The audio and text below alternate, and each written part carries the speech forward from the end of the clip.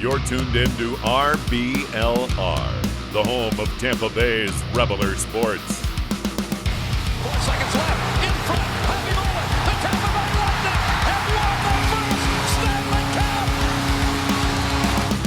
And the Tampa Bay Lightning have won the Stanley Cup. Lightning strikes twice. The Tampa Bay Lightning win their second straight Stanley Cup.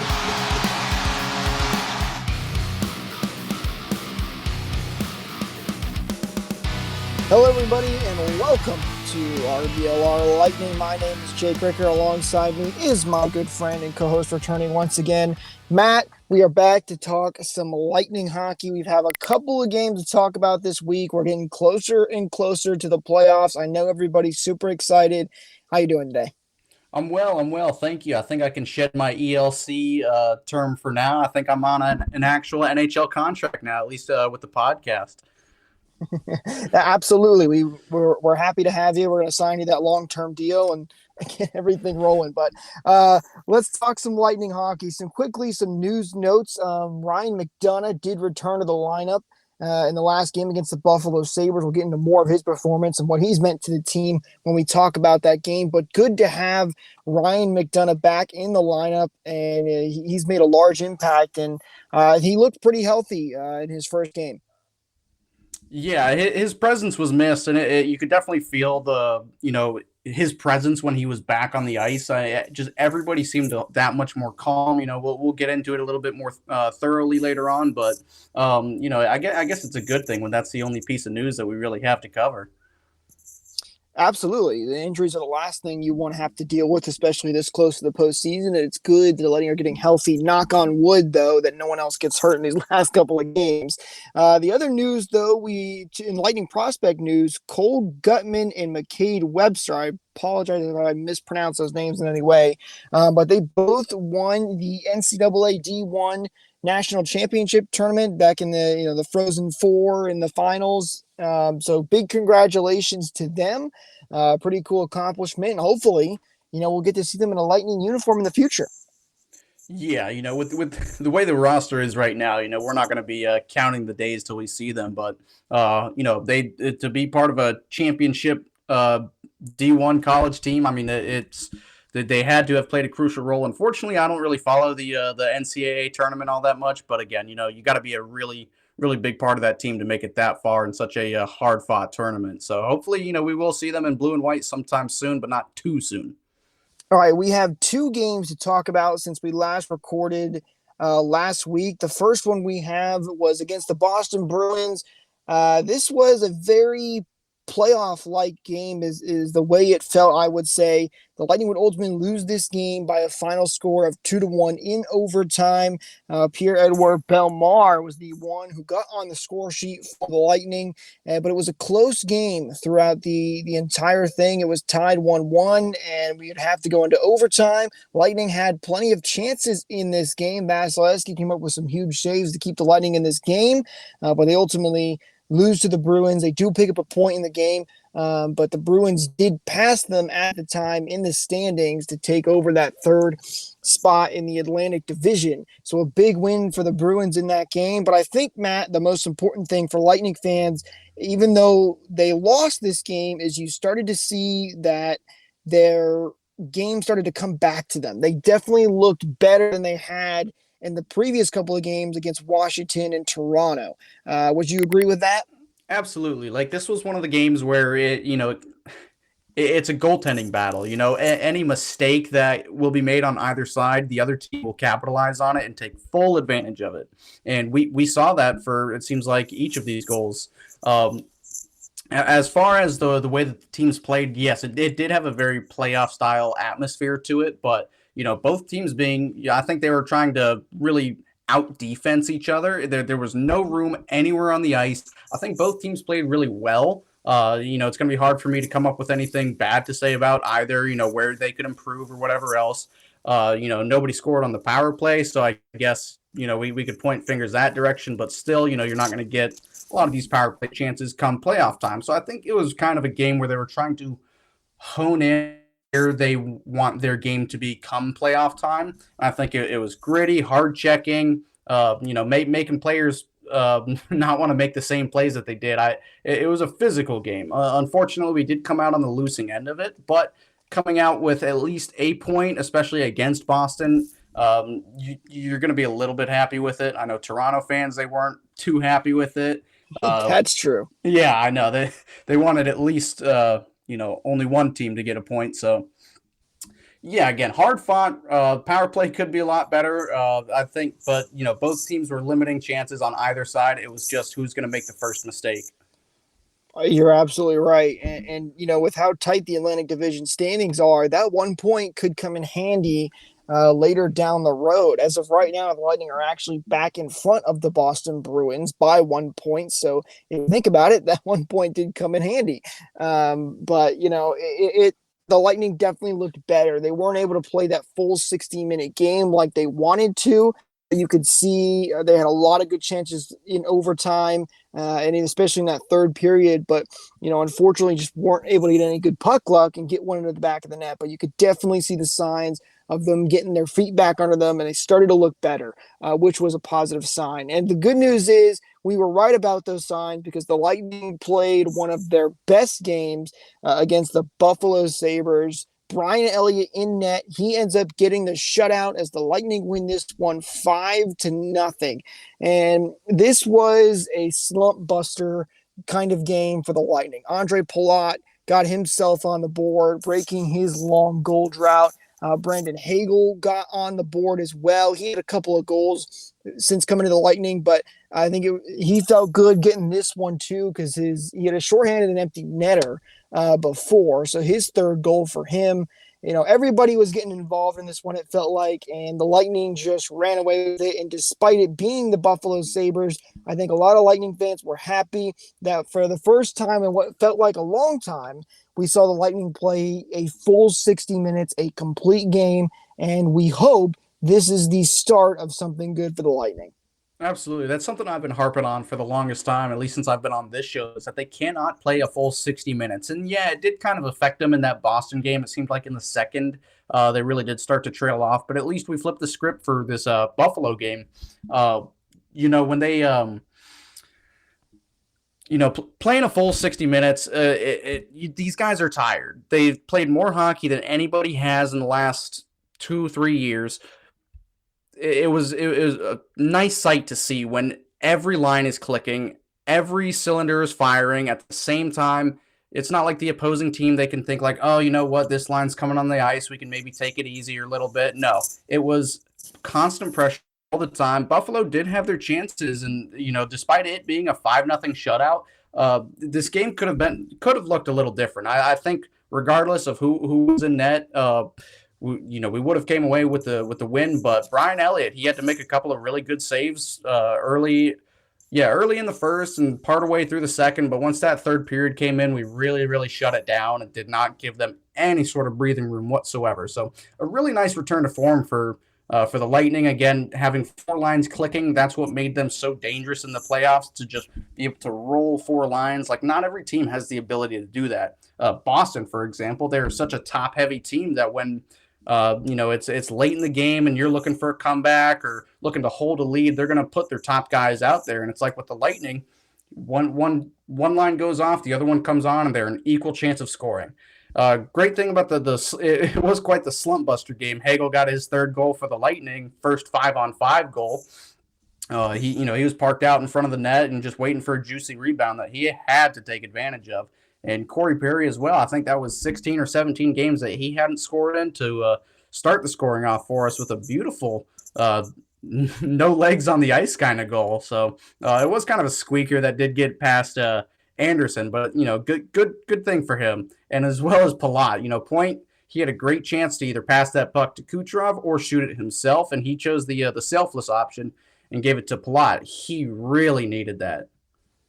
Yeah, absolutely. And I think my favorite part about this game, though, was we finally got the support that Brian Elliott deserved, and he got a nice shutout to go along with it. Elliott, I've been talking about it for the last couple episodes, pretty much all season. He's been fantastic. I love that we picked him up.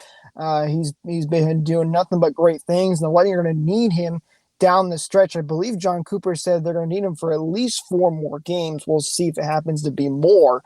But he was great. The Lightning were great in front of him, and they come up with a big win and another big 2 points to put them back in that third spot in the Atlantic Division, with the standings changing so much right now. But let's talk about 3 stars of the week that we're going to give out quickly. Matt, I'm going to give you my 3 stars of this week, and then I want to hear your thoughts on them, if you agree or if you've got somebody different.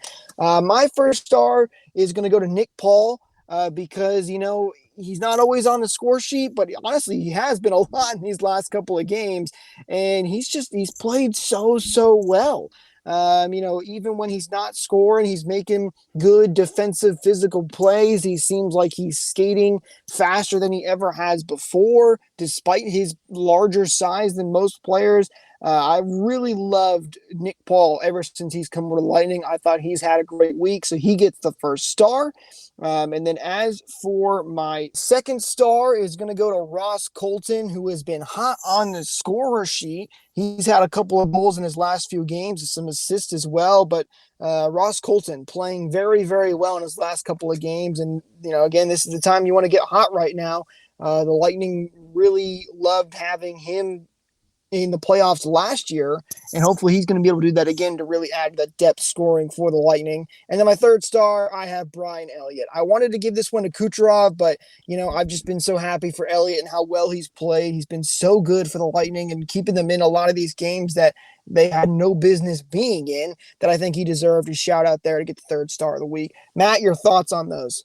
You couldn't have had any of them in better spots. I agree with you putting Elliott over Kucherov. It seems like, it's fact that Kucherov, he has the spotlight throughout most of the season. So it's nice having Elliott get the recognition that he deserves and the goal support that he deserves as well.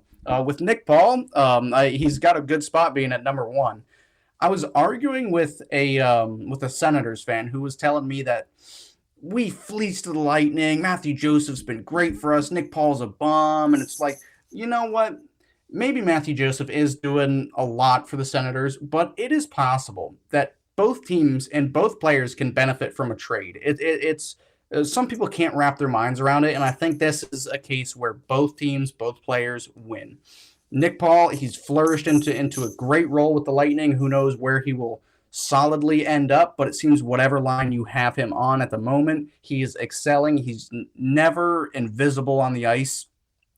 He's putting in work in every single area possible. I could not be more happy with the trade. Again, nice seeing Joseph have some success in Ottawa, but Paul is bringing something that Joseph just couldn't do with this team. So as far as Colton goes, he has had a hot stick lately. He's come in clutch, and ever since he came into the league with the Lightning last season, just kind of out of nowhere. I think he scored in his debut game as well. It just seems like, he's got a hot stick all the time, and he's just always ready to score a goal. He's got a really, really underrated one-timer, and he's just always in opportune places. If he had a little bit more ice time, I think it would really benefit him. But again, with a team as deep as this, it's really hard to cut somebody's ice time as well. So it's nice to see that Colton can still get it done given his limited role. And yeah, Elliott, enough can't be said about him. He's been everything we've asked for and then some. So kudos to all 3 of them. I think you have everybody in the right place.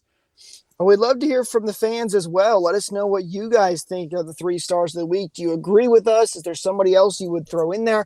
Would love to hear your thoughts as always. So be sure to let us know who your 3 stars of the week are. Let's look at the upcoming schedule here. 3 games coming up for the Lightning. First one is a game tonight as of this recording, which is against the Dallas Stars, and the Lightning are now in clinching scenarios. There are 3 of them for tonight. You'll hopefully have known the Lightning clinch by this point, but they can clinch 3 ways. It's going to be either a Lightning win, a Islanders loss, or the third way, the Lightning can get a point, and then the Islanders have to lose in any fashion. If the Lightning don't win, the Islanders have to lose in regulation.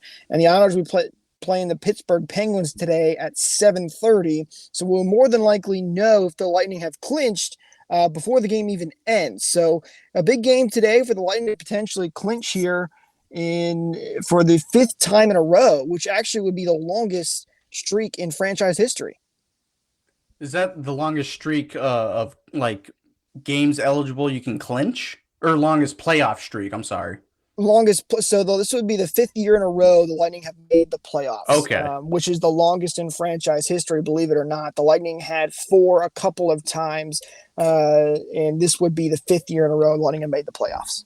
That's good. A lot of people don't know that, they are newer fans, and no shame in that, but a lot of people don't know the struggles that this team went through since its inauguration. I know that there's one Stanley Cup in there just kind of in the middle of nowhere. There were years of mediocrity and a little bit of success, and then a little bit more mediocrity following, and they've really started to hit an all-time they've really found their stride as a franchise, since drafting Stamkos and Hedman. I know there were some tough years following that, some rough ownerships, rough GMs, but they Jeff Vinik, he's done a hell of a lot for this franchise, so it's nice to see some, finally, at least in the long term, some, stringing together some playoff appearances. It seems like 5 is kind of a small number, especially when you compare it to Detroit's 25 straight. But no, good for the Lightning. I know it would be like somewhere like 10 years, I believe, 10 years straight. We missed the playoffs in 16-17 by a single point, but that was just an injury-riddled season where everything was just starting to come together. They had they made it to the finals just a few years prior, and some deep playoff runs afterwards, and just everything fell apart that year, but still only managed to miss by 1. So really, this team, the fans have been kind of spoiled over the last decade, it seems like. So, yeah, nice to finally have the franchise hit a stride there. Let's keep it going for longer. Next 2 games after that are against Anaheim and Winnipeg. I believe Anaheim has been eliminated from playoff contention, if I'm not mistaken. I think they're right on the cusp. Yeah, and Winnipeg is in there as well, but they're also, I think, pretty close. It's going to be tough for them to get in the playoffs, but 2 teams that are still technically fighting for their playoff lives, but 2 teams, hopefully the Lightning will be able to, build off that win that they've had in Buffalo in a decent game against Boston and be able to pick up some points here in this next week. Yeah. As far as these upcoming games, like I'm not biased. I definitely am biased, but I've got the teams that I want to make the playoffs, and Dallas is one of them. I know a lot of people kind of hate Dallas, especially considering the finals from 2 years ago, but I've always liked Dallas as a team, especially when they're trying to beat out Vegas for that second wild card playoff spot. So if I'd like to see an overtime win against Dallas, so at least they could kind of bridge that gap they have between Vegas. That's just my fan personal take. Yeah, absolutely. And the last thing that I think we need to look at and talk about today is, who we want to play in the first round. I think that could be a fun conversation had here. It gives a chance to look around the league as well a little bit here. The Lightning currently, as they sit, would be playing the Toronto Maple Leafs in the first round. But honestly, Matt, we could be playing anybody in the Eastern Conference is the reality here. With everything being so close, they could end up playing the Hurricanes. They could even end up playing the Rangers, who are only 2 points behind the Hurricanes. They could still play Florida. That's a little more unlikely. They could also play Boston as well. So a lot of different options. Matt, do you have a preference who you'd want to play in the first round, or are you of the mindset it doesn't matter, we just have to be ready to go to get the job done? I am exactly the second option. I mean, just get us in already. I've said this before. The playoffs just cannot start soon enough. They'll take Florida. They'll take Toronto. They'll take Boston, Carolina, anybody. They do not care. They just want to play playoff hockey. So, again, cannot happen soon enough. But I don't know if there's anybody that worries me. I know nobody wants to play Florida, but I think the Lightning could really give them a run for their money. Just kind of do what they did to them last year. They're just rolling absolutely. And the Lightning, they outscored them. They could out-defend them. And the way Florida's been playing, they just have no way to defend. If they can find a way to shut them down, Florida can definitely come back and outscore them, but Florida's got a lot of holes. To me, the way that they're playing is very unsustainable, especially come playoff time. I'd like to play Toronto. I would just hate for them to exercise their demons against us as much as I do have confidence in the Lightning.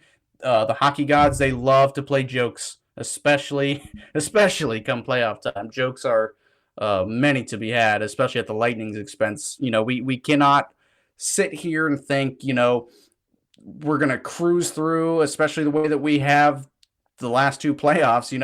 All of these are going to be hard-fought series, and I think the way that they've performed in the playoffs, that maybe not the team, but maybe the fans think that they're just going to cruise right through, and that's not the case. They're going to have to fight every minute of every game, despite who it might be. I think they can find a way, but again, you can't really pick anybody that would be best. There's just different scenarios that would either make me laugh or make me cry. All right, we had to hold up for just a second. This is Eureka hopping off of the Zamboni in between periods. I had to step in. We're having a little bit of technical difficulties, but I did want to step in and ask you, Matt. I think the last thing we were talking about is playoff potential first rounders. Is there? I know we asked you who you do want to face, but I kind of wanted to drill down a little bit more. Is there? If we had to flip it and we had to say, okay, what's the team that scares you the most out of the four, out of like Boston, Toronto, Carolina, and Florida? Which one of those teams like has a better lineup that you think can go toe to toe with us in a 7-game series? The easy answer is Florida, but I think that we play Florida rather well. Ignore that 9-3 loss from earlier in the season when we only had 6 of our roster guys play, and that doesn't count. Those early games don't count. But yeah, the easy answer is Florida, just given how deep, how offensively gifted most of their players are. As for the defensive side, I think the Lightning have the edge on the Panthers. But honestly, I would hate to play Toronto. It seems like they have really found their stride. I think they've won 9 out of their last 10 games, and it would just be, I'm not going to put these demons, the bad juju out there, but it would just be crushing for them to exercise their demons against us and finally get past that first round barrier. Again, personally, I don't really have anybody I would prefer to or not prefer to play, but there's just teams that maybe, like Toronto, teams that maybe I would rather not play. Okay. Again, I've got confidence they could beat any of them. How about you, Eureka? I mean, anybody scare you? Not scare. Well, to be honest, I think that Florida is a really, really good matchup. And I'm looking at Jake's Bolt Report Twitter here. He actually had a poll out there asking who they would want to see, and Florida is the least. That's the one out of all of them. Only 9% of the 100-something people have voted that they want to see Florida. But I think that's kind of tinted with a little bit of Boston and Toronto and Carolina, a little bit of that little rivalries that we're building up. I mean, obviously Boston would be the big one that if we could pick anyone just based on bloodshed, I think we would pick Boston right off the bat. But any of these could be second round or even semifinal matches, depending on how the dominoes fall in this last couple weeks of the season. If I had to give you like an actual answer, I might. It's not going to be preferable. It's not going to be preferable with seating wise, but I think maybe Carolina. If they can be that second seed, if we just so happen to fall into that wild card 1 spot, I think the Lightning play Carolina really well. It's not one of those teams that brings out the best in the Lightning. But I think what we saw, at least last year in the playoffs and some of the more recent games, we kind of figure out their system rather quickly. Like, I know a lot of the games in that 5-game series last year, they were close, but it's like, they weren't super, Carolina wasn't surging. They weren't just really playing us. They did have 1 win against us. But other than that, the games were close. But you could always feel that the Lightning were in control most of the time. So I guess if I had to give you a concrete answer, I'd rather play Carolina, even though they are my number 2 pick for the Cup. Teams might be looking at us as the team that, like, hey, they're injured. They're looks like they need to figure things out. I mean, you guys earlier in the show did talk about, the wheels kind of coming back onto the wagon and becoming that team. And I think McDonagh out of nowhere has become, well, maybe not out of nowhere, but he's been shown that he is this linchpin for some reason. When he's in the lineup, we look really good, and for some reason, for about 2 weeks, we looked really bad without him in it. Not saying he's scored. He's got such a calming presence about him, though. It's gotta be, man. He's like the godfather, it seems like, of the team, considering how short he's been there, air quotes, but he just, everybody kind of calms down. It seems like they play better with him. Yeah. And, he's actually showing up on the score sheet in his first game back. He had a nasty assist to Kucherov. I love it. I think that went kind of under the radar. Well, and so you look at that kind of things, like people are saying, maybe there's blood in the water. Maybe the Lightning are human. And we've talked about, or at least you guys have talked about, them playing so many games, and when are the injuries going to mount up? When's the price going to be paid? And hopefully we already paid it. Hopefully we just saw the worst of it, and we're able to get healthy at the right time, play good hockey at the right time, because we know we've got the goaltending, and that is probably number one that you need in the playoffs. And we already have it, and we have a competent backup that if we have to put in there, we have a veteran, the Moose, who's been loose, especially this week. So I love it. Well, Matt, was there anything else you wanted to touch on before we wrap things up here?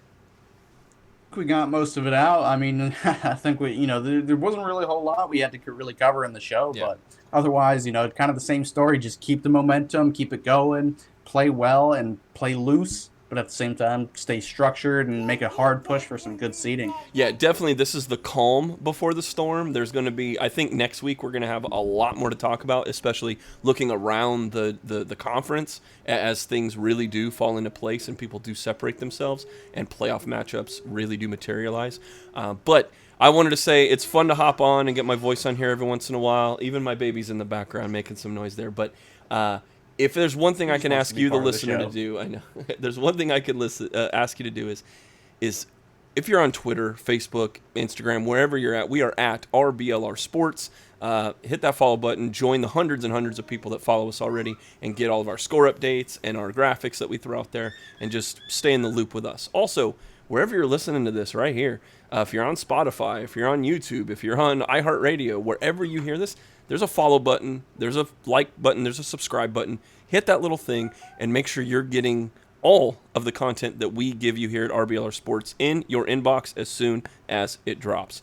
That's all I have to say. Sorry I had to jump in so quickly. Again, I hope that Jake's phone's doing all right, and I'm sure he'll have a fun story to tell us when he gets back. But we're healthy scratching, Jake. No. But you, sir, you're the MVP.